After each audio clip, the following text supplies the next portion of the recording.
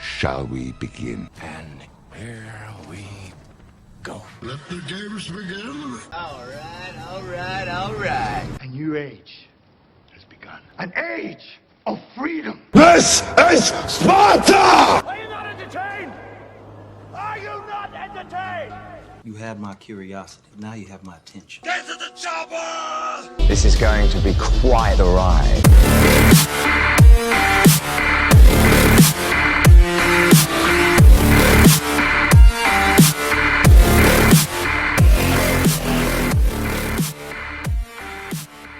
And hello, everybody. Welcome to the Movie Pit Podcast. I am your host, Christian.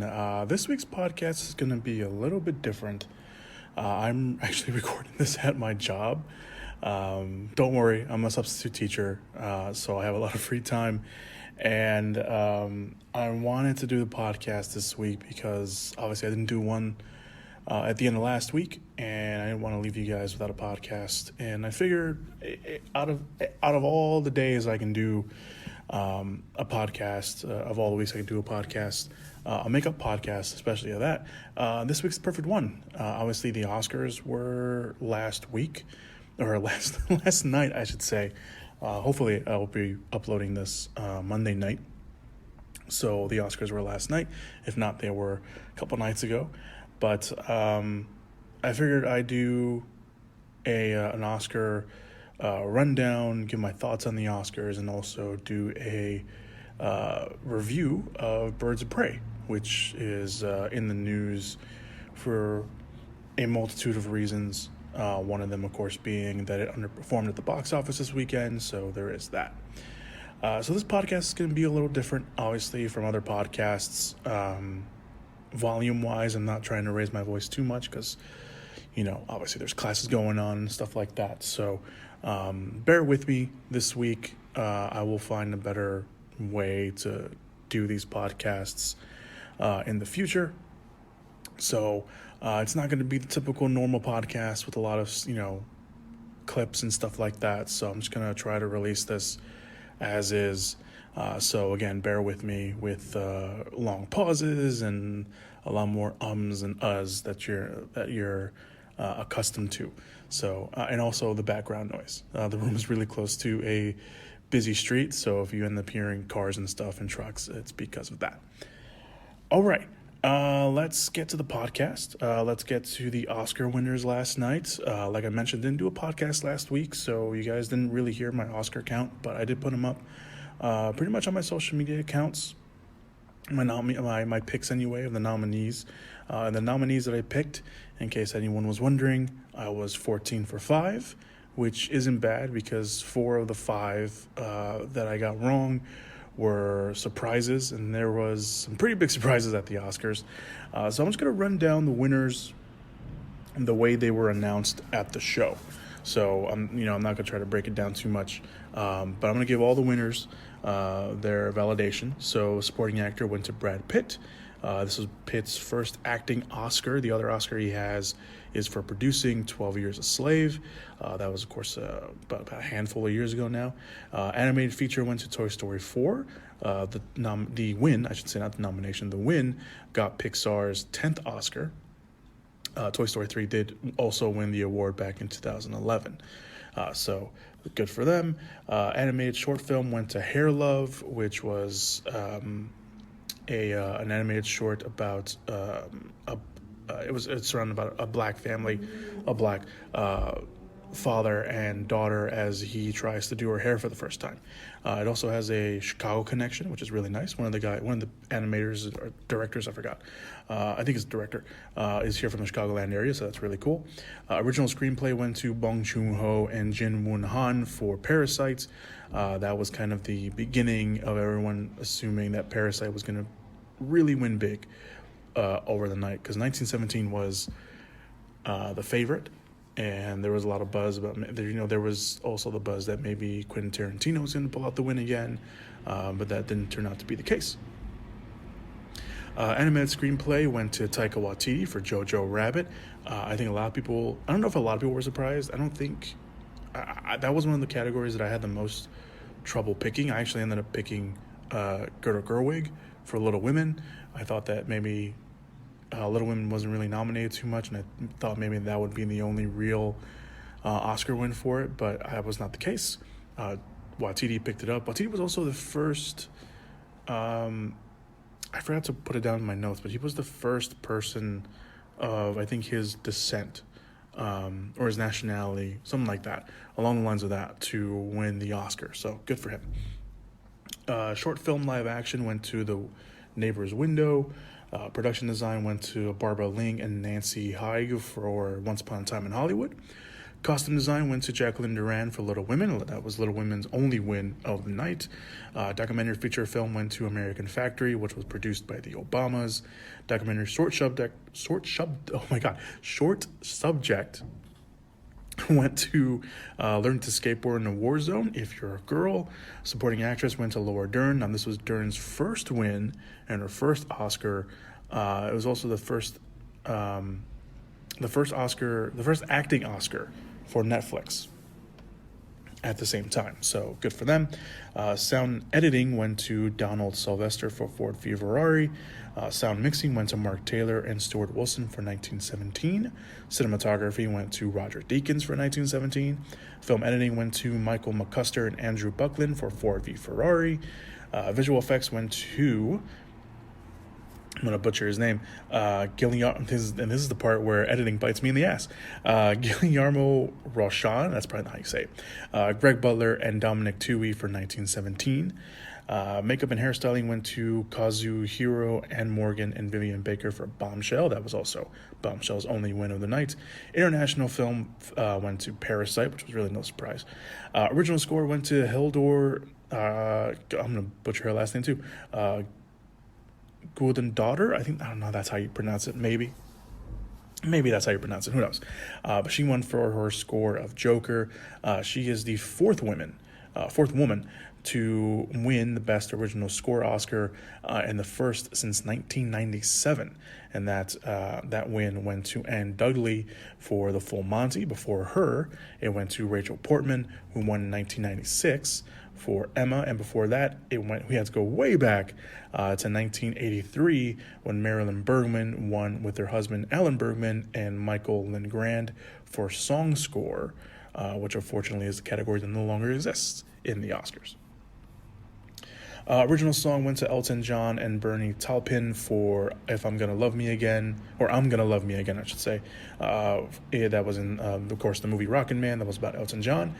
This was Elton John's first Oscar, or this was the second Oscar, I should say. Bernie Taupin, this is his first Oscar, so there's that. Best Director went to Bong Joon-Ho for Parasite, which pretty much was the nail in the coffin for 1917, not getting the Best Picture award in a lot of eyes, and also a very surprising win for Bong Joon-ho, so good for him. Best Actor went to Joaquin Phoenix for Joker, which was, seen coming a mile away.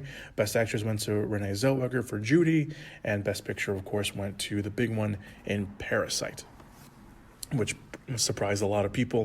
1917, I think, was the big, was kind of the very big favorite to win for a while, and I kind of went with the field a little bit because they were winning up all the Guild Awards and they were winning pretty much everything else, and Parasite did end up winning the SAG Award at one point, but I think a lot of people were assuming that 1917 was gonna still win.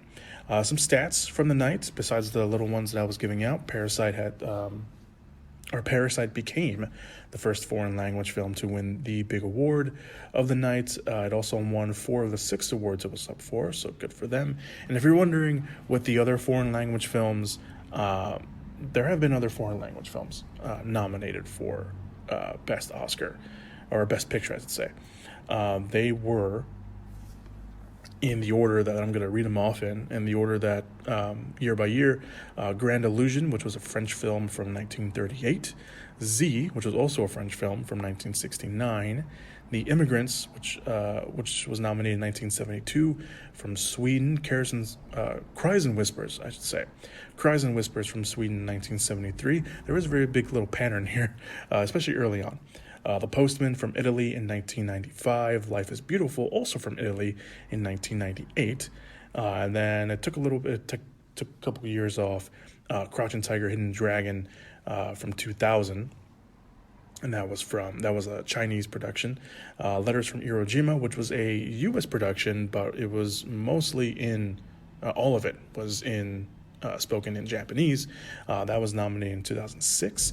Babel from Mexico, and there was also a little bit of a French production. Was in 2006 as well. Amor from Austria, that was also a German and French production that was nominated in 2012, and then you had to go back just a couple of years for Roma, which was the last foreign film before Parasite that was nominated for Best Picture, and that was nominated back in 2018. So there you go. 1917, like we mentioned, seemed like like I mentioned earlier, seemed to be the favorite going in before Parasite started nabbing up all the awards. Only won 3 awards that was nominated for. Joker, which had the most nominations of the night, only ended up winning 2 awards, and probably the 2 awards that the film rightfully deserves. Irishman, which was nominated for 10 awards, was completely shut out. No awards given to The Irishman whatsoever. Not saying that it's a negative on The Irishman. We can go on and say that it was nominated for the Oscars, which is great. Jojo Rabbit, Marriage Story, and Little Women, like I mentioned earlier, all walked away with one award. Each of them were nominated for 6 nominations, and they only walked away with 1, so good for them. And very early favorites of the Oscars, Once Upon a Time in Hollywood, walked out with only 2 awards, which again was Pitt and was production design? I think it was production design. I could just easily scroll this again. Where editing very helps. Yes, production design. All right, so let's move on to some other thoughts of the night. Janelle Monáe's opening number was pretty cool.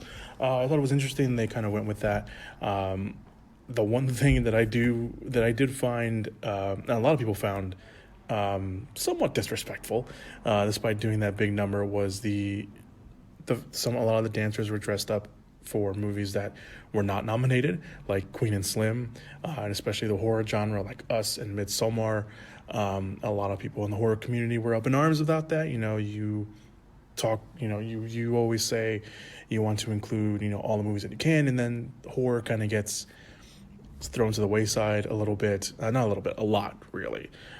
So, not even for the technical awards or anything like that. They weren't nominated for that, which was a real shame, especially Midsommar. But there you go. Take that as you will. The other big thing that I kind of stumbled upon that I didn't even realize it until someone kind of brought it up, and then I had to go and look for it. Shia LaBeouf was getting bashed a bit online because he was supposedly looking annoyed or was rushing his co-presenter and co-star in the Peter Butter Falcon, Zach Gottsagen. Now, Gottsagen does have Down syndrome. He's the first, and apparently he was also the first person to present an Oscar with Down syndrome. And in the movie, The Peanut Butter Falcon, of course, he plays a character who has Down syndrome, because he does. There was a good chance, and I said this, and I mentioned this on my social media, there was a good chance that the Oscars was probably the first time that Gottsagen was in front of, if I'm mispronouncing his name, I'm sorry, but there was a good chance that was his first time in front of that many people, and of that many big names. And I think you can kind of clearly tell that he was a little nervous. He didn't really know kind of what to do. He was,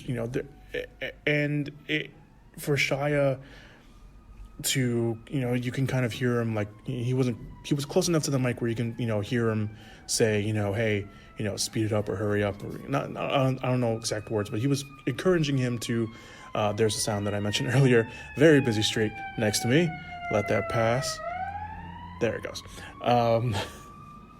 So you can kind of tell that Shia was kind of encouraging to, get everything moving along. But you can also clearly tell that he was just trying to help him out. And I think, Shia kind of knew that probably Zach was nervous, this isn't something that he's used to. Peter Butter Falcon is his first movie. It's his first exposure to kind of the bigger world of filmmaking and stuff like that. So I think Shia was just trying to do the right thing and making him, try to do his best and encouraging him. I don't think he was annoyed. I think maybe he was trying to rush him a little bit, but I think only because Shia was trying to keep the show going.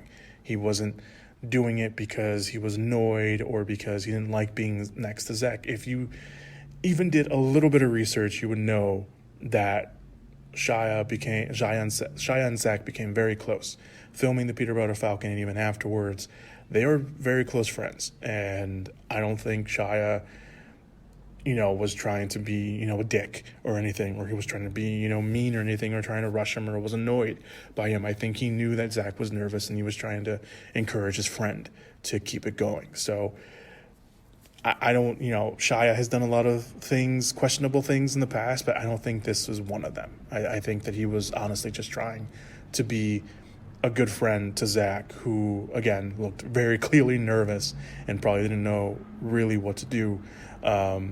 And he kind of just froze up, and it's a good thing that Shia was there just to, kind of boost him along. So there was that. Probably the biggest, I'm not going to say I'm not going to even say probably, it was the biggest what the hell moment of the Oscars, was Eminem. He performed Lose Yourself, of course, from the movie 8 Mile, and just the general reaction online and from the people sitting there were all shocked and surprised and didn't know what to say or do, and it was just very, very funny. They had like Idina Menzel, and Billie Eilish was there because we'll talk about Billie Eilish in a minute, but there was just a bunch of of reactions like, okay, and then there was just people just awkwardly nodding their head, probably just trying to go along with it. So this is something that I had forgot about, and it was still a little weird for it to happen now. Lose Yourself was nominated and did win an Oscar for Best Original Song back in 2003. And Eminem didn't make it to the show. He didn't sing at the show because obviously they always sing the song. So he didn't make it to the show. They didn't sing it. And 18 years later, apparently someone at the Academy was like, "Hey, do you want to, sing Lose Yourself at the Oscars?" And he said yes. So kudos to him for, finally making it to the Oscars and performing the song. It just kind of came out of left field. We didn't really know what was going on. I think if they had announced that Eminem was going to appear and that he was going to sing Lose Yourself, I think the crowd probably would have been a little bit more into it. But the fact that it just kind of came out of the blue, especially after a montage of different songs that have, appeared in different movies and have been nominated and stuff like that, for that to kind of just happen, for them to just kind of drop that on us was a little weird. But there was that. And delays and all. There was so many bleeps in that thing. Or not even bleeps, it was just silence. Finally, the last one, it's always the one that gets a little bit of uproar afterwards, is the In Memoriam segment. Of course, like I mentioned, Billie Eilish, she sung the Beatles song Yesterday for the In Memoriam tribute. And just like every year, there were some obvious omissions from the In Memoriam. Three of the big ones that a lot of people brought up were names like Luke Perry, which was weird because he was in Once Upon a Time in Hollywood, which was nominated throughout the night. Horror icon Sid Haig was also missing from the In Memoriam, and I know the horror genre doesn't get a lot of love from the Oscars, but they still mention the Oscar. They still mention it every now and then. They show it in videos every now and then too. So it was it was really weird that they. Especially him being such an icon of the horror genre, for them to leave him out is pretty big. And Disney actor Cameron Boyce, who passed away during the summer, or during last summer, was also omitted from the In Memoriam segment. Someone recently, by recently I mean Friday before the show started, Orson Bean also passed away. He was an actor. He was a writer. He was an onstage actor as well for plays and stuff like that. So I think his death just kind of was so sudden that they kind of left him out on the mortem because they know, because I guess everything was done already. So there was that. So yeah, those are my thoughts about the Oscars. Overall, it's fine. There was no host again this year. although Chris Rock and Steve Martin came out and kind of did a shtick, which was very funny. I think, the thing about the no-host Oscars, it's fine. I think they're still trying to find their groove to it because they had people presenting presenters. And they made a joke about that. I forgot who it was. There were people who were presenting presenters who were going to present the nominees who were then going to present the winner. So, there was that. And, of course, the whole Oscars So White thing, the minorities and stuff like that. Of course, Parasite winning kind of, made up for that and made up for, them not having a lot more people of color nominated, stuff like that. So there you go. Overall, the Oscars, it's always a long show. I know people like to complain about the Oscars being so long and why is it so long and yada, yada, yada. But it's an award show. It's an award show with like 20 plus categories, with people that go over their time, with people that, there are people that, they're not going to play off. And for the most part, they didn't really play anybody off this year. The songs started and they didn't really cut them out. I know at the end of the night when Parasite won, one of the cool moments was when the lights went down. A lot of the people, a lot of the actors, obviously, and directors, were saying up, up, and they were talking about the lights because the lights had gone down. And I don't know, I think it was one of the producers from Parasite. She was starting to give her speech, and that's what happened. So that was a really cool moment that everyone was behind Parasite and, behind the producers and telling them, up, telling people not to end the show on that note. So that was really cool. So kudos to them for doing that, for standing up for their fellow peers. So yeah, Oscars overall, it was a decent show. It was long. Yes, it was long. It's always long. I don't know why everyone complains that it's always long every year. It's long. 20 plus categories. It's going to be a long show. So yeah, overall, again, I was 14-5. I was happy with the 5 losses. The one loss, I was like, I was kind of wishy-washy on it anyway. But so happy for Parasite to walk away with big wins, and so happy for Joon-Ho as well. So, all right. Those were the Oscars, the Oscar winners and stuff like that. Let's move on to the second part of this podcast, which is my Birds of Prey review. Directed by Kathy Yang, written by Christina Hodson. The synopsis for the movie officially reads like this. After splitting up with the Joker, Harley Quinn joins superheroes Black Canary, Huntress, and Renee Montoya to save a girl from an evil crime lord. So I'm going to do a little differently here. I don't want to spoil too much about the movie. I will just say a mild spoiler warning. So I can now just put spoiler warning just because there are people who will be like, this was considered a spoiler, so I don't want to do that. So spoiler warning, although I'm not going to really spoil too much on the movie, regardless. But I'm going to do a little differently. I'm going to start off with some cons about the movie, and I don't have too many cons. I really don't. One of the big thing, I think probably the biggest thing. The biggest con of the movie is the supporting cast kind of being underutilized. One of the ones that really jumps out to me is Mary Elizabeth Winstead's Huntress character. She doesn't really have too much to do, so even despite seeing her background, she still kind of gets lost in the fray of everything. So there kind of is that. She kind of shows up and then she kind of disappears for a lot of the movie, and then she reappears pretty much for the final act of the movie to be with them. So I don't know. I want a little bit more from the Huntress characters because she's a very rich character to delve into. Junie Smollett-Bell's Diana Lance / Black Canary does have some things to do in the movie, but I think they could have probably given her a little bit more, especially considering what her arc is and how it's connected to Rosie Perez's Renee Montoya, and a little bit more. I'll get a little bit more on her. It's more of a nitpicky thing, but I'll get to that in the miscellaneous section. But I kind of want she could have definitely had a lot more to do. Chris Messina's Victor Zayas character. He's pretty much the henchman to Ian McGregor's main villain. He's kind of one note, but I think he's supposed to be one note. He's very intense, even when he's talking like regularly. He's kind of jittery in a lot of times, which works for the character really, especially if you know the character from the comics. maybe just a little. I maybe kind of just want maybe one or two more scenes with him to establish him a little more. Although his end is kind of anticlimactic a little bit, but there is that. So on the nitpicky side, I guess I'll just do it here instead of the miscellaneous side.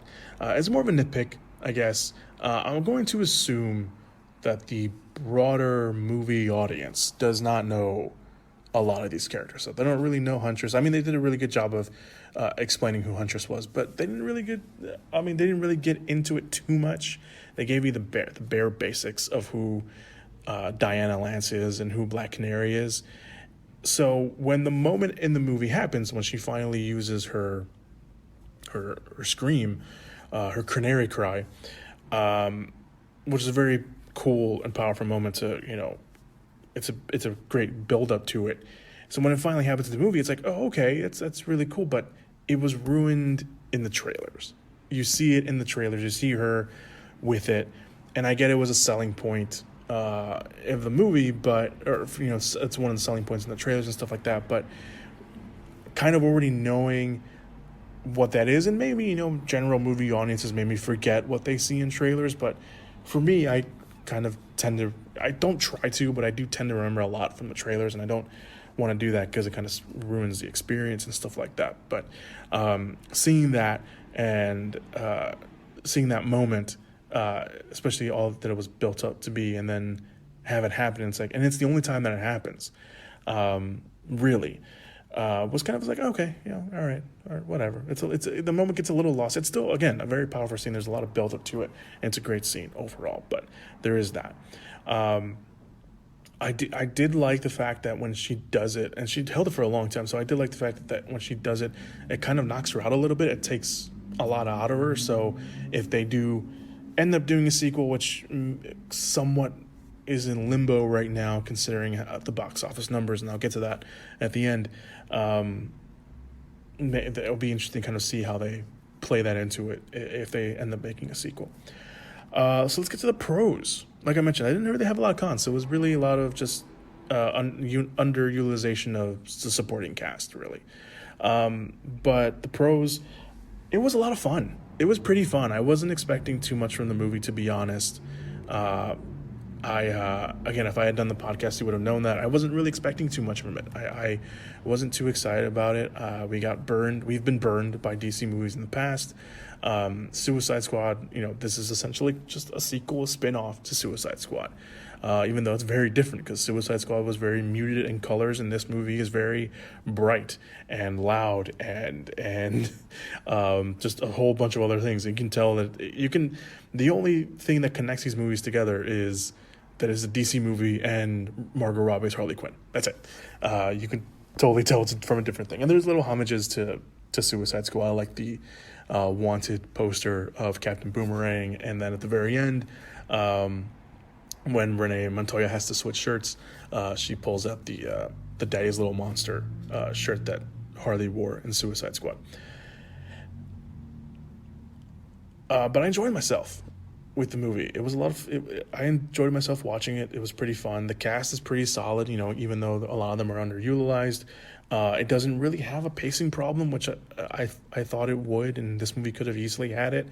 But when the movie does slow down, and there are a couple moments when the movie slows down, it does feel like it deserves it. And it's mostly kind of for character beats. It's not a wasted, slowed down scene. It's a slowed down scene with a character beat that makes sense. And I'm mostly talking about the Harley scene when she takes Cassandra back to her apartment. Margot Robbie, I've mentioned her a couple times already. She looks like she's having a lot of fun playing Harley this time around. It looks like she's a lot more loose.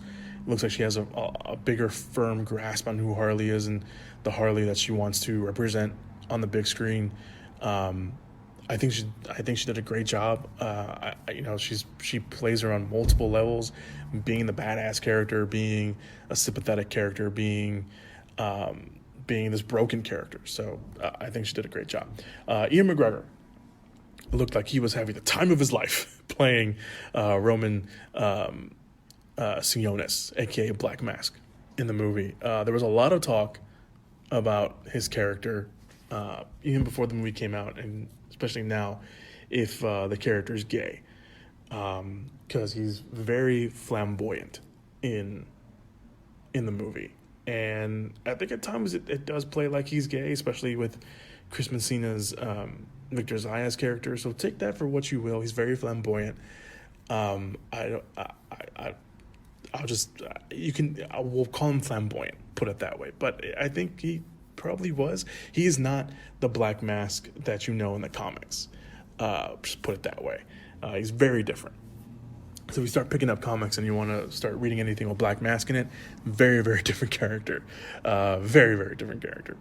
The action. The action is honestly not what I expected. It was a lot more action-packed than I thought it was. The action scene that really stands out to me is the final fight scene in the amusement park. Was it the booby trap? Yeah, I think it was the booby trap, which is kind of like that one-take 360 hot potato scene, as I called it, with Harley, Huntress, Canary, and Renee taking turns grabbing Cassandra and protecting her in the funhouse. I really like that scene, and I don't know if that was originally going to be always in the movie or if that was a scene that was done during reshoots. It was reported before the movie came out that Chad Stahelski, who was, of course, the director of the John Wick movies and stuff like that, that he was brought in to pump up, or him and his team, him and the stunt team, which were already working on the movie anyway, were brought in to up the action of the movie. So they were brought in to kind of up the action. So I don't know if maybe that was something that was already in the movie itself and they went back and reshot some of it, or if that was something that him and his team came up with Catherine Yan, to, I hope I'm pronouncing her name right, to buff up the action. But it was really good. That's the one that sticks out to me the most. The police station scene was pretty cool, seeing Harley with the gun, the glitter. I don't want to say it's a glitter gun because there was also shooting smoke grenades, but that was a pretty cool scene too. And having her do a bunch of trick shots with a bat, or just moving around and beating the crap out of people with a bat, was also really cool. So there was that. So yeah, the action was really great. So the miscellaneous part of me for the movie, depending on how you feel about it, overall, Birds of Prey is a feminist movie. It is a feminist movie, and maybe that's one of the reasons why the movie's not doing so well at the box office, because there's a lot of dude bros who don't want to watch a movie about a strong female character, or female characters, I should say, not just one. Take that for what you will. It is a movie about Harley taking her life back any way she can. She makes mistakes. She's finding comfort in the little things, like a sandwich, which I think we can all somewhat connect to on in some days, and trying to be a better person through Cassandra Cain, which is played by Ella J. Bosco. And here's the miscellaneous part for me, Cassandra Cain. Admittedly, I have not read a lot of stuff or stories with Cassandra Cain's character in it, but she isn't like she is in the comics. Cassandra Cain in the comics is a mute, not by choice, but mute assassin in the comics. She's not mute. She just doesn't know how to speak. She was never taught how to. She was raised as an assassin in the comics. And in the movie, she plays a smart mouth pickpocket who ends up becoming the thing that brings Harley, Huntress, Diana, and Renee together, because she took a diamond that Roman got a hold of. And Bosco, she plays the movie fine. She does a good job with the Cassandra Cain that they made for the movie. But she almost feels like the diamond, like a MacGuffin almost a lot of the time. She has these little scenes, these little minor scenes, mostly with Harley because that's who she's sharing a lot of her screen time with. She kind of has these human scenes, but every now and then she's kind of like, oh, we got to get the kid. Like, we got to get the kid. Like, who has the kid? She's almost like the MacGuffin. She's almost like a diamond. She's like the diamond as well. So they're two connected on that. But I think what Bosco was able to do with the Cassandra Cain that was given to her was good. It was good.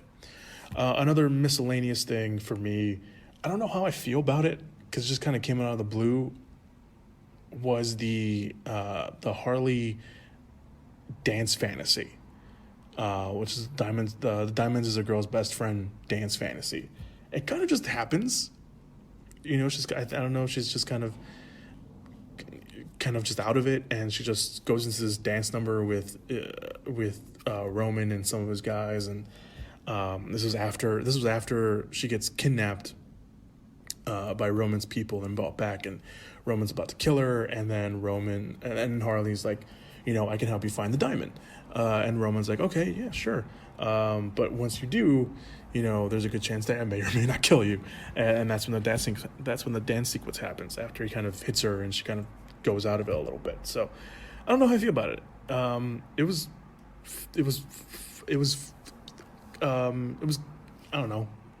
I don't know how to put it. It was fun to look at, I guess. It was fun to watch. And they were clearly having fun, and it was different. But I don't know how I felt about it connected to the movie overall. But just there is that. But all right. Overall from the movie, I really enjoyed it. Like I said, I didn't think I was gonna like it. I didn't think I'd be into it, just because we've been burned by DC movies before, and Suicide Squad wasn't all that great. But Robbie really has a hold of Harley Quinn, and while the movie has its minor problems, like again character underutilization, I thought it was a lot of fun. It's action packed. It surprised me. It's funny. It's a fun time, and I think if you're on the fence about it, I think you should give it a shot. Like I mentioned, it's not doing so well in the box office. I think it's a little bit over $30 million at the box office. I think I saw like 33. But now it holds the the title of lowest grossing DC movie at the box office, which is a shame because it's actually really good. It's not a bad movie. It is one of the better DC movies. I don't think I'll go so far and say that it is the best DC movie, but it is definitely one of the better ones, and it's definitely one of the ones that deserves your attention, and it deserves for you to at least give it a shot. It's really, it's a good movie. I would recommend it. I don't know if I would give it a stamp of approval, but I would definitely recommend it to people, especially if you're on the fence. If you're on the fence about watching it because you didn't really like Suicide Squad, but you liked Margot Robbie as Harley Quinn, and that's really kind of one of the big things. It's like everyone really loved Margot Robbie's Harley Quinn. This is a movie about her. She is the spotlight. There is a reason why she is on all the posters. There's a reason why she is the thing that the marketing is surrounding upon, because the movie's called Birds of Prey, but it's really kind of a Harley Quinn. It really is a Harley Quinn movie with the Birds of Prey in it, and maybe that's a problem. Maybe that's why people are kind of unsupportive of it. But I would really, I being the person who was not really looking forward to it, telling you if you're on the fence like I was, give it a shot. Give it a shot. It's honestly, you'd obviously have a fun time with it. There are worse comic book movies that you can go watch, to be honest. This is not one of them. This is actually a really fun time. So, and it's a breeze. It's very breezy. I didn't even notice the movie. I didn't put how long the movie was, but like I mentioned, there's no real pacing problem. So, give it a shot, guys. Really, especially if you're on the fence, give it a shot. It's really good. It's that's all I gotta say about it. I recommend it. All right, that's the podcast, guys. Thank you guys so much for listening. It's a little different than I'm gonna try to find a way to better do this, but in the meantime, thank you for listening. Thank you for bearing with me on this makeshift weird podcast, but I really appreciate you guys. Thank you guys so much for listening. Let me know what your thoughts were on the Oscars and the Birds of Prey. Have you seen them? Did you watch it? Let me know what you guys' thoughts were. Everything that you guys need is linked down below in the description/show notes area. So that's it. Thank you guys for listening, and hopefully you guys enjoy the rest of the week. Hopefully I will see you at the end of the week to bring back the weekly roundup of news podcast. So, all right, guys, have a good day.